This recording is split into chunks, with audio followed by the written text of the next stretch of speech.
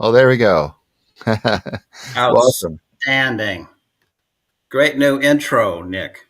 Thank you. Yeah. I think this looks a little more smooth than the real poppy, upbeat cookie cutter version from this platform. hmm I like So the stones being put on top of one another. It's nice. Very nice. yeah, you know, has a little meditative approach to it. I thought that was kind Yes. of cool.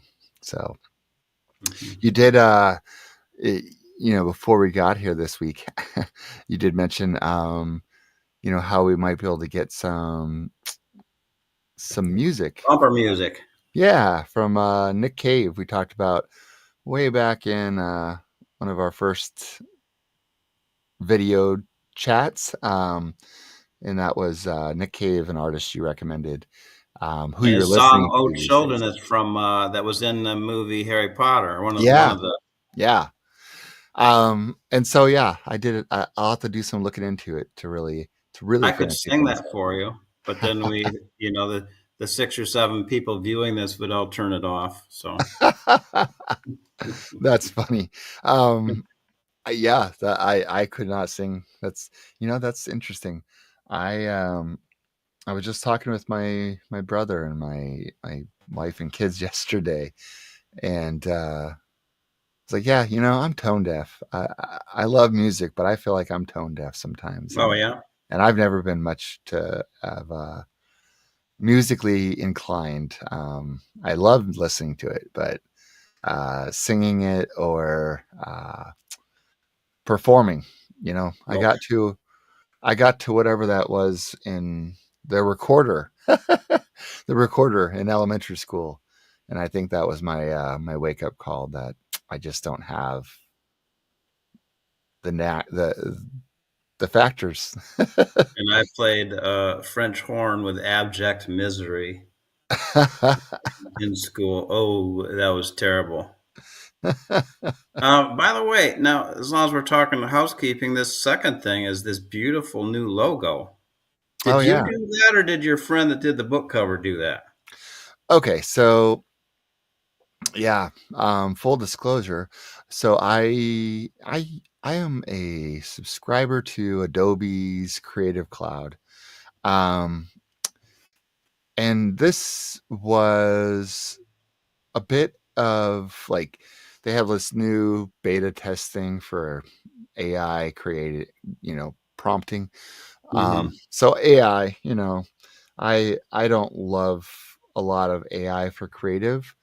Um, but playing with Adobe and asking it for a few little things, I was able to say, "Hey, give me a little bit of this," and then took some of this and then said, "Okay, I want this look." And so then I just combined elements to overlay them, rather than creating from scratch some of the colors or shading of like um, the background. I love it. So yeah, It's really great. yeah. And then just kind of move the text around. Um, Mhm. excuse me, I do apologize. I have getting over a little bit of a sore throat this week, so I'll try to keep my croaky voice to a minimum. Um, but yeah, so I AI does not do words very well. Um, so trying to get the words, the rambled path in a logo was very difficult. So really, it's just had to combine a bunch of layers of things into it. Um, but yeah, that was kind of it. I just thought, we need something on the YouTube channel. We need something here on the the graphic or the overlay of the display. So um, I think it's a good start. Doesn't have to be Oh, I love the it.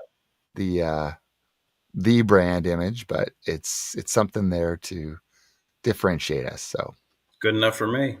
yeah. Um, excuse me real quick. I don't want to cough on everybody's ears here, but take a sip of water. While Yeah. I do that, I'll let you kind of give me an update. What's new with you? Oh, I'm really getting into this. Yeah.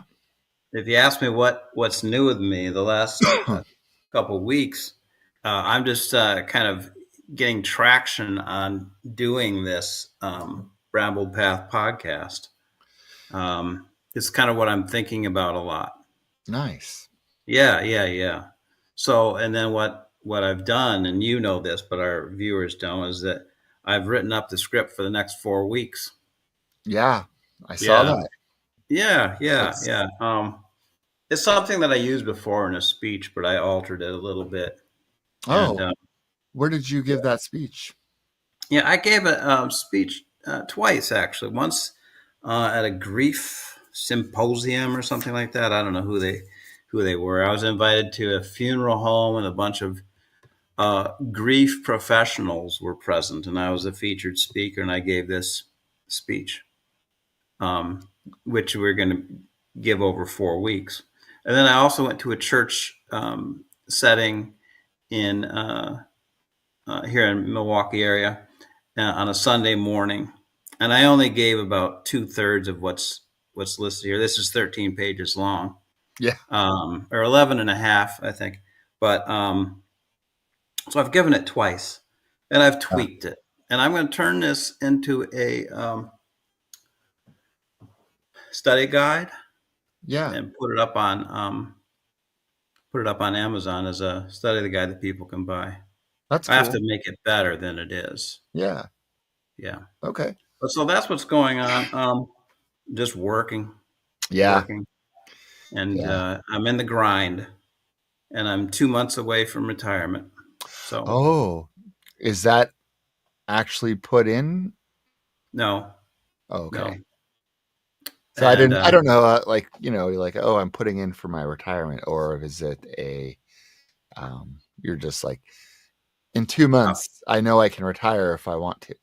yeah. Well, I will retire then. It was I already was retired, and I came back to work for a year, and Yeah. now I'm going to go back to it. So all I have to do is just reactivate the Medicare and the Social Security payments. Um, Okay. and you don't tell them that you're retiring. They might find out from this thing, but I don't think so. But until about 3 weeks beforehand, because they might. I've heard that they might just walk me out the door when I tell them. Oh, I So see. yeah, I'm gonna give them 3 weeks notice and see what happens. I see. Yeah. Yeah. Oh, and I've taken up. Nah, I can't really say I've taken it up, but I'm inching towards taking up Tai Chi. Oh, okay. Yeah, I've done the practices on YouTube twice. Interesting. Yeah, I that reminds me. When I did work in inpatient psych nursing, we had some group classes where they would do Tai Chi with veterans. yeah, Yeah, and a lot of them found it was really really helpful. good. Managing anxiety, managing PTSD. So that's cool. Yeah. Yeah, I have. What have I been up to? Well, getting getting sick for my kids. um, physically, I'm not sick of them, but getting their That's what I. bugs. That's what I thought you meant. Yeah, Sick with them, from them. Yeah. yeah, yeah. Um, and I've just been enjoying some good college basketball for March Oh Madness. yeah. Who Although, was your team? well, we're in Spokane, and I grew up here, so Gonzaga. Um, That's a great one to cheer for. yeah, both men and women's teams got knocked out last night, though. Oh, they did. Yeah, yeah, they both got knocked out in the Sweet 16. Um, and I think your team out there, Marquette, got got knocked out last night too. Yeah, I cheer for three teams. I cheer for the Wisconsin Badgers, the Kentucky Wildcats after living there for many years, Uh huh. and Marquette. Yeah, And Marquette was the last one standing of those three, and they were yeah. eliminated. And I thought maybe Houston, Arizona would meet in the finals. That was my Your bracket? yeah, and they're both eliminated. So what are you gonna Yeah, do? I know. It's crazy. Yeah, So, but no, I do enjoy watching it. I've gotten the luxury of going to a few Gonzaga games. that's cool. It's you can't really get tickets unless you've donated lots of money.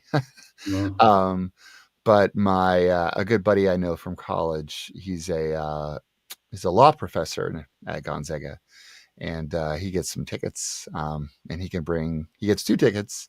He has to be one of the people going every time, um, and then he can bring someone else on the other ticket. So he occasionally invites me, and I hey, it's a gift. um, Not many people get to experience, so very grateful for that. But That's well, super yeah. nice. So that's what I've been up to. Looking forward to spring weather. It's a little bit nicer Me, day. yeah, me too. Yeah, getting So you outside. wanted me to do a recap of Yeah, last week's thing, yeah. So I intro, was the vision statement. thinking, yeah, for anybody that didn't tune in last week, um, the vision statement for the Brambled Path, and then we'll get into what you have here well, regarding the process, your grief process. I'm going to call it Yes, that because we're still looking for a term, which we'll talk about afterward. exactly. I'm All right. waiting for that to come to me on a walk or in a dream or while I'm meditating. Just suddenly there's the term. Nice. Okay. Yeah, that's how the Bramble Path title came to me. Ah. And the title of the novel, Heart Like a Bonfire. Mm-hmm. So um, the vision statement, which I presented last week, which is basically the aspiration for this podcast, what I aspire it to be, and what sets it apart. And one, and most not maybe not important, most importantly, but one very significant thing is the topics. We're not talking about the fashion industry or the Oscars or influencing people to buy a certain product or sports or music, but we're talking about grief and bereavement, spirituality, and climate issues, human survival issues, and sort of how they mesh. Mm. Um, Over time, we're going to go deeply into all those topics. And I also said that the sources uh, are top notch of what we're doing. We're cutting edge thinkers of each topic. And the depth of perspective comes from, uh, well, I said originality, I think was one of the things that I said. Um, Numerous highly original thinkers with a lot of depth of perspective, pioneers, and then bringing them together in my mind, blending them, and then also looking at them from the perspective of left and right brain, creativity Mm. and logic mixing. Yeah. We also talked about kindness, that this would be one of the aspirations of the brambled path. You and I both have to have our coffee beforehand so we can be kind when we show up here. Yeah. uh, so that I also talked about level of consciousness, and Mm-hmm. that takes that's like I read a 500-page book on levels of consciousness, and I also took a course on it, and I have just sort of a beginners, highly beginners awareness that your level of consciousness influences uh, everything. Mm-hmm. Um, you could be in any topic: education, medicine, business, spirituality, politics. Low level of consciousness, semi low, medium, semi high, high. they're like different worlds, as is the Hmm. difference between a 50-year-old person's perspective and a toddler's perspective. Yeah. Um, so those are the aspirations. Am I missing anything? No, Topics: that, kindness, originality, yeah. uh, level of depth of perspective. Oh yeah, and another thing is just as I'm working on this stuff to question everything as I'm writing it up, Yeah. and live with it for a while and say no, maybe that's bullshit, and Yeah. rethinking it, Right. and just being open to being wrong and Yeah. admitting it, Hmm. saying, "Oh yeah, I was wrong here. I learned something from this person, and we'll change our perspective." So I'm not offering things as a prescription Right. or in an authoritative way, but as provisional and sharing way. Yeah. Yeah. Yeah. I That's think it, that, yeah. And I think you've touched on all the things I'm tracking in my brain. yeah, um, but yeah, there was things I talked to, I think I translated in my dictionary.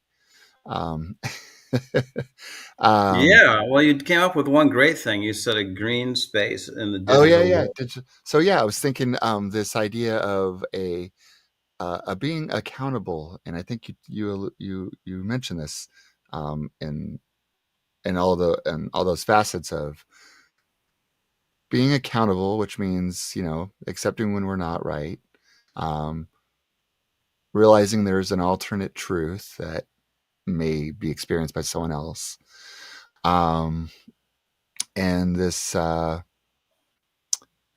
sort of duty of I making the like that best use word. this duty of making the best use of their time and their emotional connection, um, and that's that stems in this consciousness and stems in and being thoughtful and being kind. So I think I said digital green spaces was one of the terms I coined during that, and I was like, oh, that's interesting, and that just has to do with the fact that like we're obligated to make this digital experience a human experience first and foremost. So the intentions of restoring some humanity to this highly tech digital world. I love Um, it. and then the other one I think was going into the kindness was if there's any way that through this brambled path that we're able to wrap a potential viewer live or 2 years down the road watching this and get them to feel a sense of like these are my people. I feel warmth from them. I'm wrapped in that digital hug, as I think I said it. Yeah. So Right. digital hugs and digital green spaces. So that's my If people want hippy to dippy version. respond, make comments, that's one way for us to wrap them in a digital hug by, Absolutely. responding. I would love to engage with people Yeah. who respond to the video. Absolutely. Speaking of which, I think we have a familiar person here that can't wait to see what you have for us today. So Who's that? it's Mary McLaughlin. Well, Yeah. I might know Mary. Yeah. I was going to say, this one might be familiar. Yeah, she's upstairs as we speak. Yes. Hi, Mary. That's great. That's great. Yeah. She told me she'd be watching. All right. Well, do you want to segue into this week's topic? Absolutely. Absolutely. Let's do it. Because I'm excited about this. And this is for everybody. I think I even put in the title of our video today, part one. We're calling this episode of the Brambled Path. Well, for those experiencing it live via YouTube, it's broadcast. But for those of us that may experience it after the fact in a audio or video version, a podcast. So part one of what, four, right? Part Yes. one of four.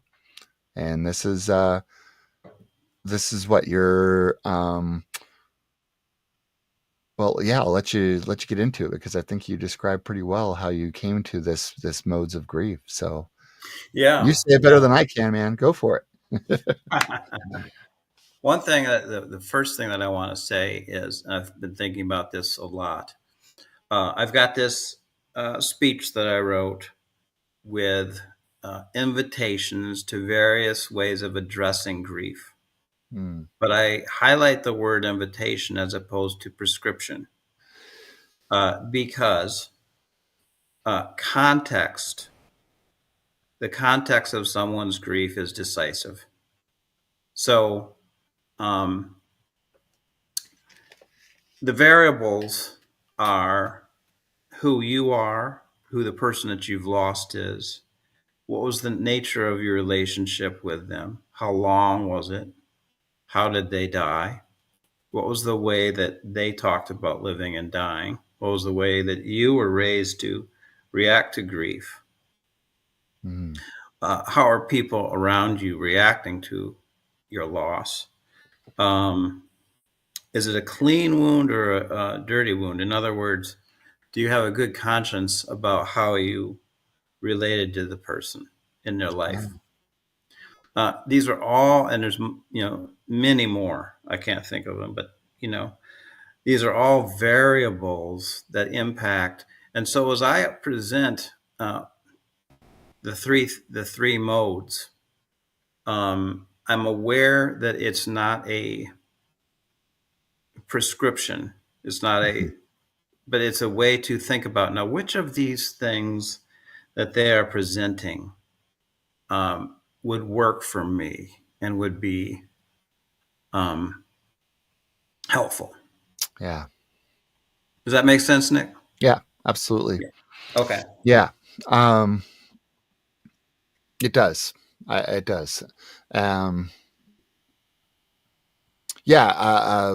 Without diving too much into the details of it, but I what I see or what I've got in my mind as I've reviewed your body of work for this is whether these, and you mentioned left brain, right brain, different types of people. What's the dynamic? All of that. Does one go through, or which invitation or path or combination thereof these modes of grief um, does one navigate? Um, so yeah, that's I'll keep that in my mind as we discuss here, and you give us your introduction. Another thing that comes into play too is for a person is the difference of I forget what they call that. The four letters INFP or whatever that is. Do Oh you know yeah, what I'm yeah, talking? yeah, yeah, yeah. What's that Um, called?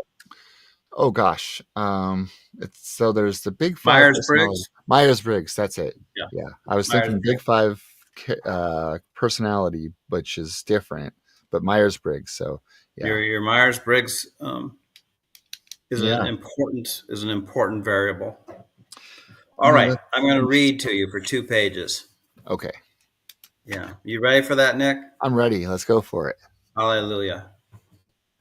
One aspect of grief, as experienced by 21st century Americans today, is the kind that results from the death of a beloved person or pet. There are other aspects, such as the grief that results from divorce or a breakup of a significant romantic relationship, the grief that results from living in a culture that doesn't value aging into human wisdom quite as much as it values a football quarterback, and Super Bowl success. The grief of loneliness in a fast-paced, ruthlessly competitive world, losing your job, having your best friend move across the country, and the grief of living in a world where hundreds of species of life vanish into extinction every week. Grief is a manifold thing, overt and subtle, accompanying us all our days, nipping at our heels, tugging at our heart, and we are all in this together. But my topic today is the one that preoccupies us so much because it is so direct and in our faces. I'm talking about the grief that results from the death of someone we have loved and cherished. They are now gone forever. That face we loved will never again be before us in the flesh. That voice will never resound in the here and now. We try to cope with the finality and our heartbreak in the midst of a culture which is afraid, literally afraid, of the feelings that we now carry. If we express our devastation clearly to those around us, that which they semi-consciously or consciously dread becomes plain as day, embodied by us, and who knows what deep insights could break out. There are few things more awkward than truth-telling in the midst of a culture that desperately needs everybody to remain in the trance of fast-paced consumerism. And that is where we find ourselves. I propose to you that the grief which I am discussing today, resulting from the death of someone we have loved and cherished, can be approached in three modes, remembering that context is decisive. Those are the triage phase, ceremonial self-care and honoring, and the meditative approach to healing. That is what I've come up with in accompanying 3,300 people as they died, and in my consultations with some 10,000 people in the wake of the deaths of the 3,300. The triage phase, ceremonial self-care and honoring, and the meditative approach to healing, which latter is entered into by less than 1% of the population, a terrible loss. The triage phase can be likened to the first aid response to someone who has just suffered several broken bones in an accident. Doctors set the bones in a cast to stabilize the healing process. You can set the bones of your grief. Even if you saw the death of your loved one coming a long way off, it can still be as shocking to you as diving into a cold northern lake. A bracing experience which you foresaw, but that still took your breath away in a moment of immersion. As in an accident, the doctor sets the bones in a cast, as the nurse provides you with breathing equipment, painkillers, and a blanket, as the nursing aide cleans you up, and as the social worker or chaplain holds your hand and helps you calm down and begin to process.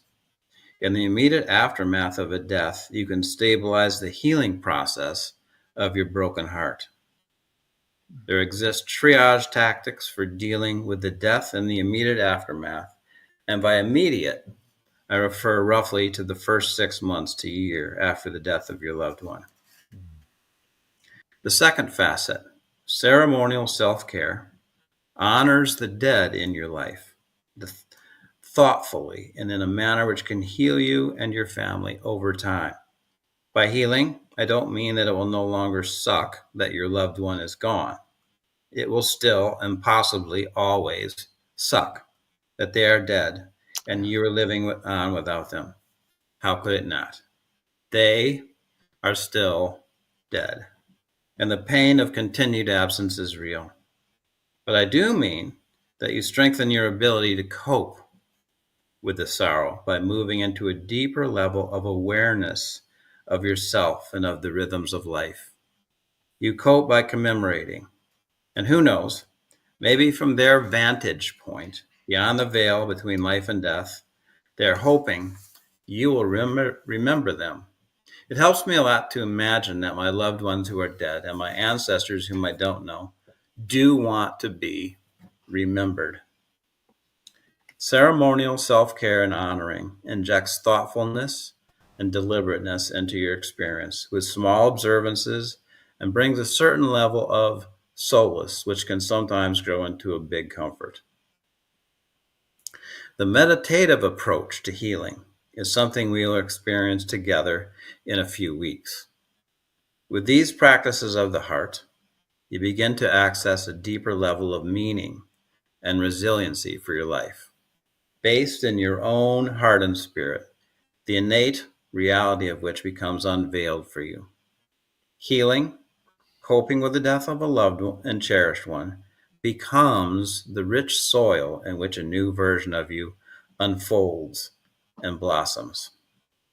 So, we will look into these three aspects, these three modes: triage, ceremonial observance and honoring, and meditative healing. But first, some words about grief.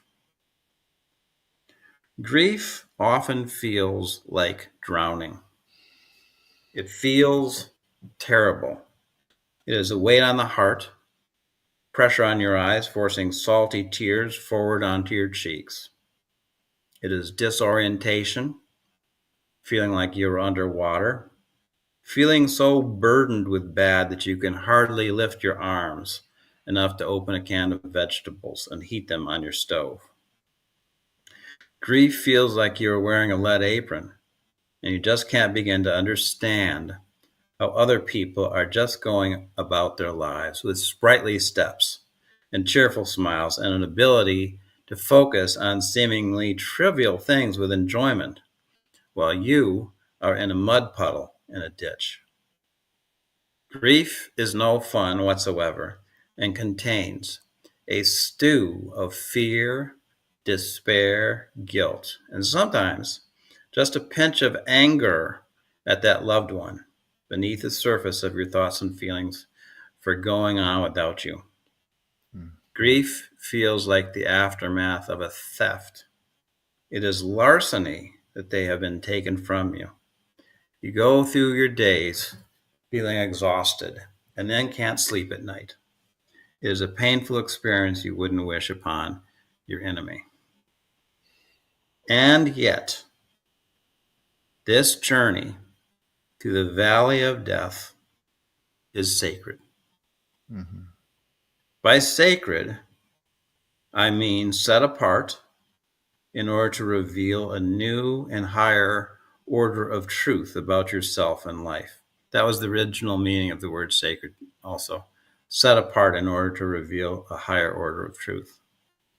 It is a walk with the divine.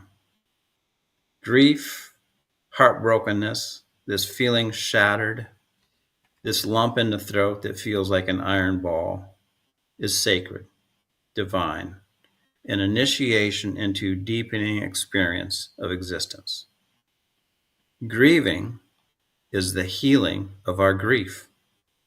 We are taught to fear grief so much. We've removed the spaces in our culture where we can go to be in the crossroads, to feel held in our grief process and guided. But grief is an experience set apart from the mundane, in which you see your mortal reality in which you and your dead loved one are both inextricably embedded. Grief is a cessation in the sort of chatter you were conditioned to think was normal life and normal thinking, and an initiation into silence. You get away from the surface waves of your life and plummet down into the deep currents. You get away from thinking of yourself almost exclusively as an individual and realize your solidarity with an ancient collective whose heart still pulses today. Grief is sacred because it brings forth change in you, a becoming of something you were always destined to grow into. Grief is wise in a culture that cherishes noise and hurry. and faux cheerfulness. It is the joining of a club which will eventually include everyone, a club of loss and openness to compassion and humility. Grief helps you to see that life itself is, partly, the process of coping with loss again and again, while you also grow your coping skills into wisdom. And the pain of healing is liberating, eventually. Yes, it is a paradox, but grief feels terrible and is an initiation into a higher state of awareness. If you have undergone that sacred initiation, you are still undergoing it. You're in the midst of a sacred initiation into deepening awareness, which was always your birthright. You just didn't know that the initiation would hurt this much. Or maybe you did know deep down. Grief is sacred, set apart, because it gives you new eyes to see the truth of your humanity with clarity, precision, and detail.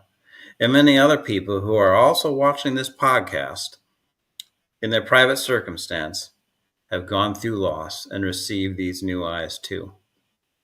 The new eyes show us our interconnectedness with one another and with the dead. Grief is not simply an awful experience from which you hope to recover as soon as possible and get back to normal. You are invited in the following 3 weeks to make your way through this healing initiation by way of the triage phase, ceremonial self-care and honoring, and the meditative approach to healing. Wow. It's a lot there. I can see why we need 3 more weeks to dive in. That's yeah. Um, some things that really stuck out for me. Yes, I'm very curious about your reaction, Nick. Yeah. Um, and I think we even, have you've mentioned here for discussion, awareness. And I think I want to, that's where my mind goes to for anybody, because it seems like such a abstract term, and Mm, also very different for everybody. And I've yeah. noticed this through my brief 42, almost 43 years here in this world. um, that insight, I have always, for a long time, believed people to have a general level of insight, which I'm associating here in this conversation with awareness too. And maybe they're not completely the same, but Are you saying that there's a consensus amongst us all? yeah, or at least Yeah. I thought at least I thought, but as I've Mm-hmm. gotten older, my view on that's changed. Ah. And I think what I'm intrigued or interested in exploring in all this is the fact that some people just, and I hate to say it, some people I've learned now just have crap insight. But that doesn't necessarily mean that they don't become aware. They Mm-hmm. just may not be aware that they're aware. If I'm, I don't want to get too deep down this philosophical rabbit hole of it, but this idea of awareness. And so tell me, with different, walks of life, different personalities, what helps someone gain awareness Mm-hmm. or realize that they have awareness? Because some of Well, us, you and I, we're intellectuals, and and deep thinkers, and awareness is like, okay, this is entry level deep thinking. But for people that doesn't come naturally, for people who just, you talk about something and they go, gosh, I've never thought about it that way. And I'm like, how could you not think about it that way? I think about these things like this every day, every minute of my day. So tell me, how do you work with, over 3,300 deaths that you've attended to, the individuals and their families or friends or whoever. What what's the first hurdle to that awareness?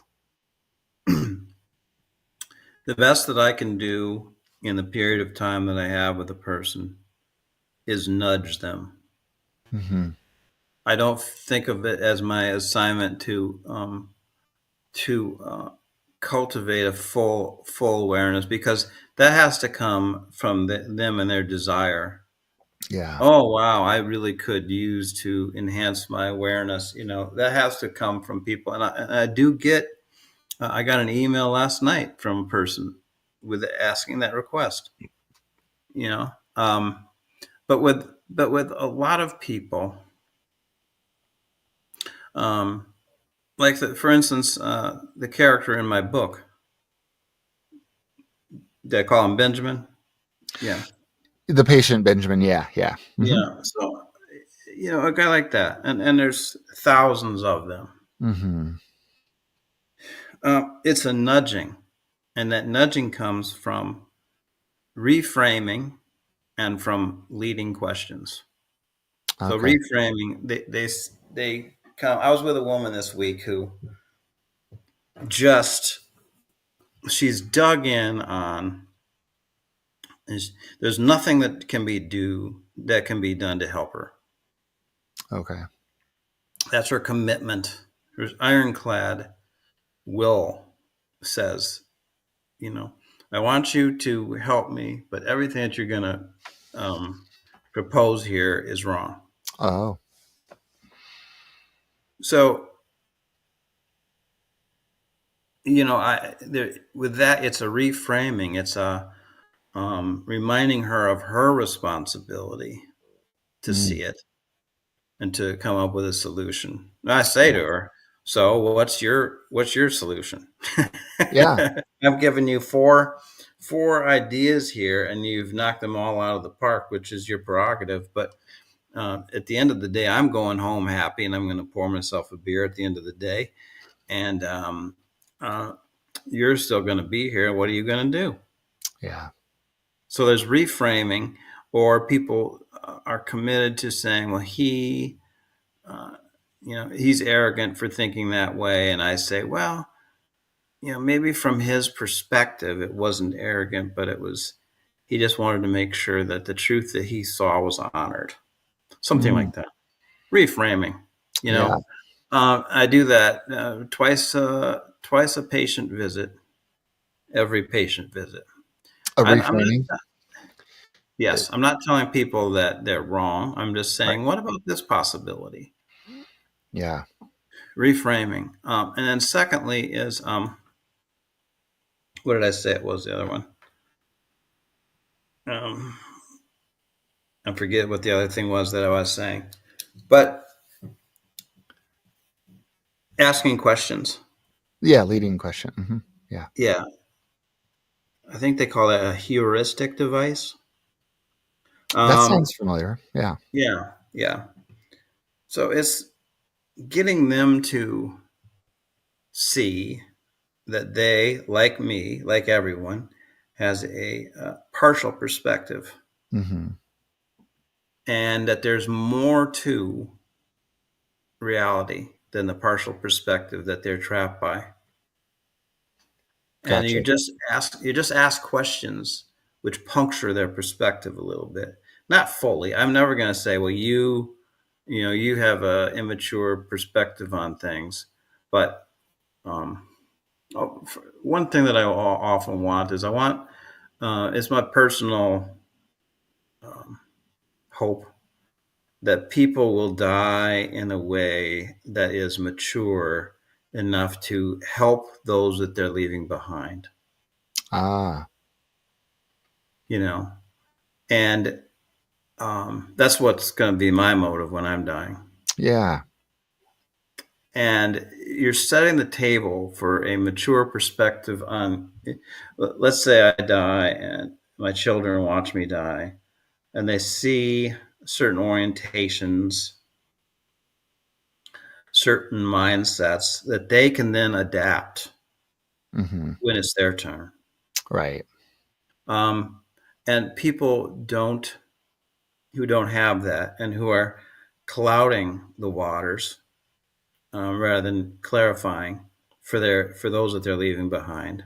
Yeah. I'll ask a question, and how do you think that your child or your wife or your husband or your grandchild or your best friend, uh, how do you think they're going to respond to your orientation here? Hmm. Yeah. Um, so it's just, and they might knock that out. They frequently do.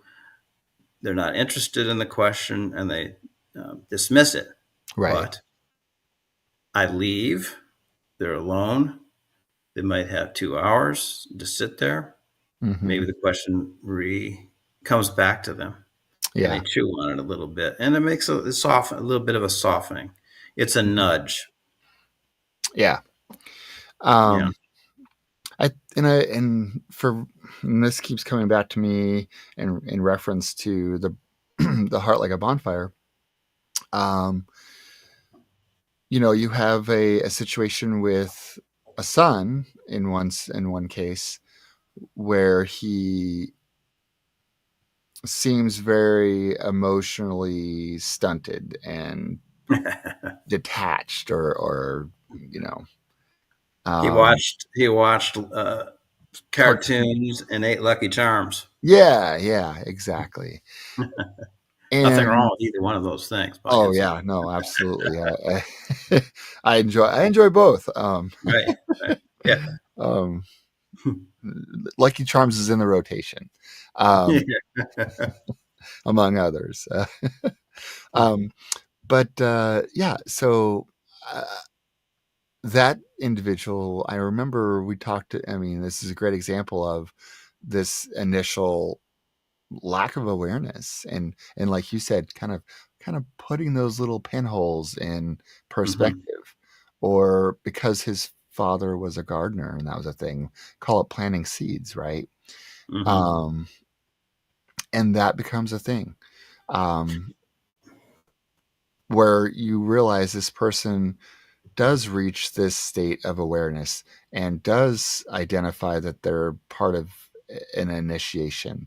And I think going into your discussion question here is, you know, you have here, have you ever thought of grief as a sacred opportunity for initiation into a higher awareness? And I think that without this work here in the brambled path and what you're doing and your we call this a workbook. I forget what you use for the term, but I don't think people are generally aware of that initiation, right? Right. Um, and so the goal would be through this work, allowing people to understand that there is an opportunity and a invitation to awareness, but they may not be ready for it. They may never be ready for it, as you mentioned. Whether it's you knew it was coming or you didn't, the icy water is still a shock that takes your breath away. Right. Um, and just like that awareness, we could talk about it and say it's coming, but and then until they experience it, until they're in the throes of it, when does that awareness say, "Wow, I'm now aware. I'm initiated into. I have this higher awareness." Um, because I do think generally, as a society, um, we think of it as something to avoid, and that I got to get over this as soon as possible because it's going to impede or interfere with my relationships today. It's going to interfere Right. with work. It's going to interfere. It's a burden to carry versus a awareness, a journey, a transcendence into something different, something new. You're still you, but you're also transforming. So Amen. yeah, I I think was at a I just want to say I was at a funeral. I did a funeral in January, and I conducted it, but a young woman gave the eulogy, okay. and what she said was, about her grandmother. She wouldn't want us to wallow in our grief, but to be happy. Mm-hmm. And afterwards, I said, very nice eulogy. I greatly appreciated how you honored her. I said, but there is a second option beyond wallowing, which is a mindful engagement with our grief. And Yeah. I think that she would want that. Yeah, she wants us to be happy, and she was happy, and we're happy. But you can't just. I was thinking to myself, you can't just live in Disneyland. I didn't say that to her. Right.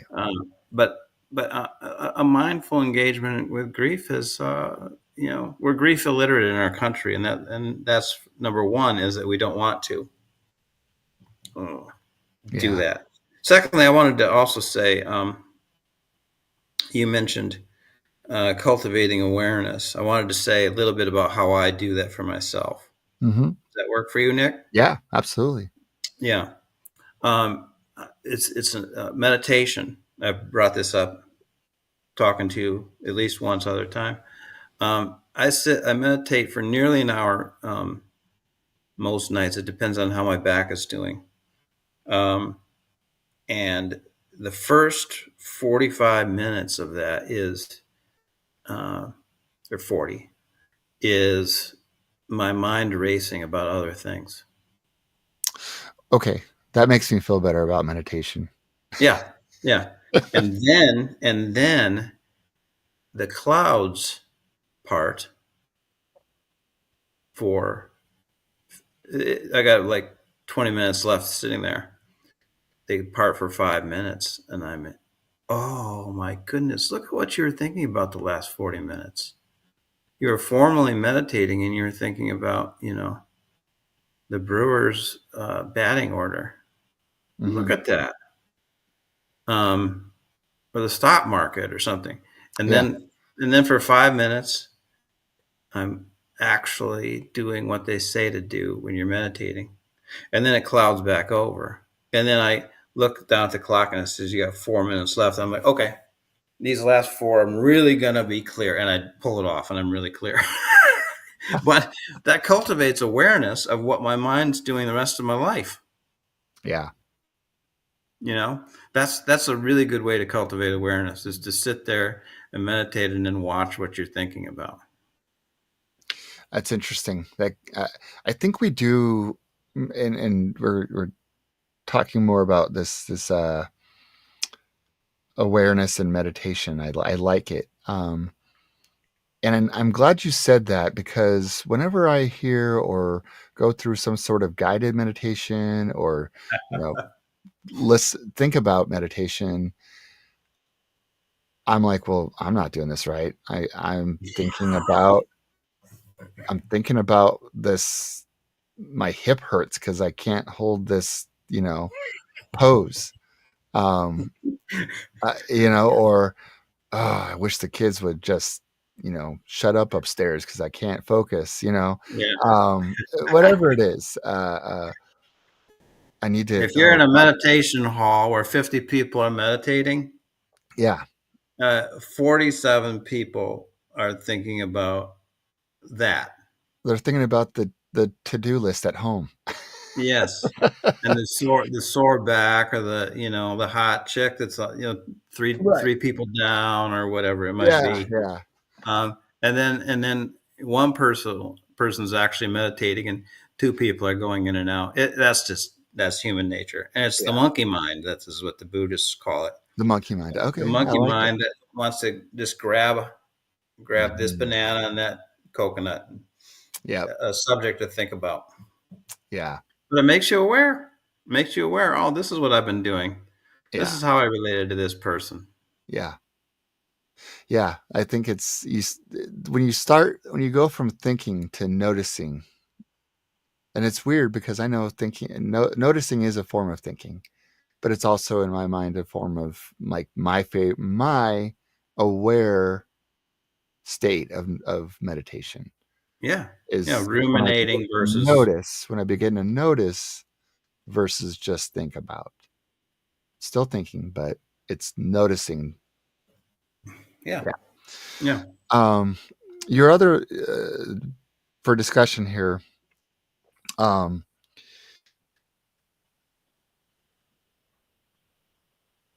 this map of triage, ceremonial honoring and observance, meditative healing, um, and map of grieving and how this differs from what we're taught growing up, or by family, or by community, or media, or schools.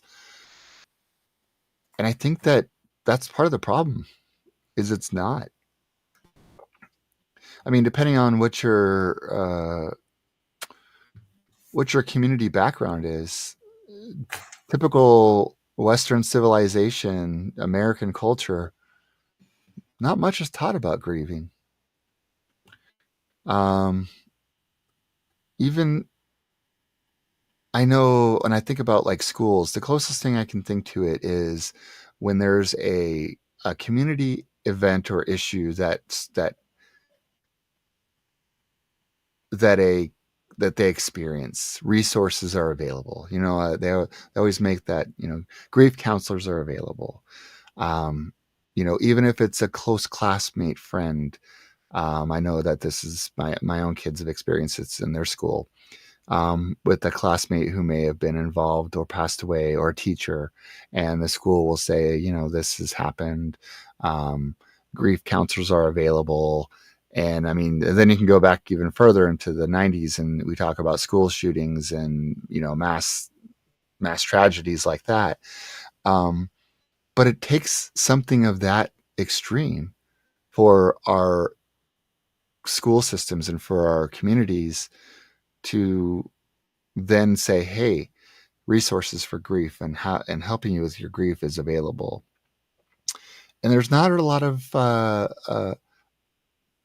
like explanation. Well, what does that mean? Do I is this a resource for? And then you start saying, well, I only knew of them. I don't need to go do grief counseling. You know what I mean? So you start saying, well, what measure of impact does this have on me? Well, somebody who is aware that may only know of this person and had seen and shared a smile on the playground may be more grieving more than somebody who had them at their birthday party and played with them a few times, but they don't have the general insight and awareness and to say, Yeah. oh, I should go see a grief person. So I think that to answer that question, I think this map, it differs a lot because it's the beginnings of normalizing and teaching to all ages. Um, there's a mode and there's a path, and it doesn't matter whether you're, you know, 10 degrees of separation from the situation that needs grief assistance, or firsthand, first, 1 degree. The Grief, variables of the context. yeah, grief is for anybody who's experiencing it. Yeah. Um, Right. yeah, Yeah, for sure. The so variables of the context, because it can be thoroughly traumatizing to have to know that somebody shot someone in your school yeah, yeah. or in your town or whatever, Well, and your I'll, country. I'll, I'm going to talk about my amazing, sweet daughter for a moment. Please do. Excuse me.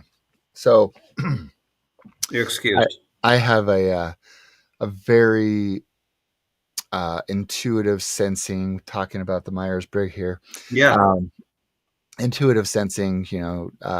Kiddo, um, and I can tell she already would be a great counselor, and a helping person when she's older.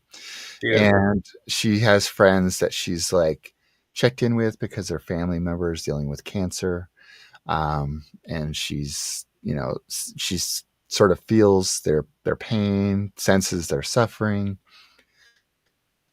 And at the same, I'm amazed, and I love her to bits, and just admire this sensitivity that she has. And I also know that carries its own bit of grief work and connection too. 100%. Yeah. So it's like, wow, that's a lot to shoulder and carry. And you and I both work in helping professions of people that are, you don't see them on their worst experiences, whether they're ill or dying. Um, the things that are, you know, the hardest to cope with. Um, but then I think about, when you start doing that, or you're that person at such a young age, there's a exposure and initiation that's beginning already for them. And so, they're the ones that would benefit from knowing more about these modes early on in life, and can share them with the people whom they are trying to support and care for as well. So, Well, bless her and send goodwill to her from me today. oh, thank you so much. I will. That's I will beautiful. definitely. Yeah. Yeah, So, beautiful. Yeah, it is. It's a burden. Well, so the next 3 weeks, next week, no, yeah, 2 weeks from now. Do you like the pace, Nick, of yeah, every yeah, 2 weeks? Okay. yeah, So in 2 weeks, we're going to go deep into triage. yeah. I'm looking forward to it. Me too. And then two Um, weeks after that, um, ceremonial, self care and honoring. And then 2 weeks after that, meditation. awesome. And I write down some notes that I'll try to circle back as I process them, and we recap next time over kind of where we went with this, and get into triage. Hallelujah. Yeah, absolutely. Well, John, as always, man, I this is fun. I really enjoy our conversations here. I hope others that either tune in afterward, or join us live Yeah, at some point. right. We'll get something out of this, and this is a good work and a good service, and I'm happy to be on this journey with you. So thank you. Me too. Me too. We'll keep getting better. Yeah. Yep. Hey, from the aesthetics to our looking at the camera, right? I noticed Oh, after I watched last time, I was looking at the camera like, gosh, I gotta focus on that better. I was watching it too, going, how come I'm staring off into space half the time? Yeah, yeah. I was like, oh my Ay, god, ay, ay. I didn't realize how many times my eyes go. So funny. Yeah, yeah. There's some awareness. Yeah, yeah, for sure. So, all right. Well, in 2 weeks, we will do this again, and we'll keep getting better. Thank you. Cool beans. All right. You have a great day. Well, you too. Bye bye, all. All two of you.